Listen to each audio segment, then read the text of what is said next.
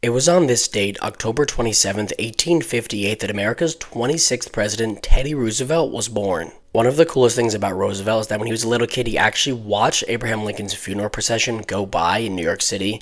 Now, the reason we know that's him in that circled window is because he kept a diary and he wrote about it in his diary that he was at his cousin's and they watched the funeral procession go by, and that is his cousin's address, and that is a young Teddy Roosevelt looking out the window. It's crazy to think about just how much the United States evolved in Teddy Roosevelt's lifetime. When he was born, the Civil War hadn't even happened yet, and by the time he died in 1919, the US had participated in the First World War and was truly a global empire. Roosevelt is the definition of someone who's an American original. When he was running for president in 2012 for an unprecedented third term, he actually was shot in the chest while giving a speech in Milwaukee, and he finished giving the entire speech before seeking medical attention. Right after Roosevelt was shot, the man was caught by people in the crowd and was likely going to be killed or at least beaten by the people in the mob, and Roosevelt actually defended the man and demanded that they release him to the authorities, and the only reason the bullet didn't kill him was because it hit the speech that was resting in his breast pocket. Roosevelt died suddenly in his sleep at the age of 60 in 1919, and Woodrow Wilson's vice president put out a statement saying that death had to take Roosevelt while he was asleep, for if he were awake, there would have been a fight. I also find it crazy how when my great-grandmother was born, Teddy Roosevelt was president,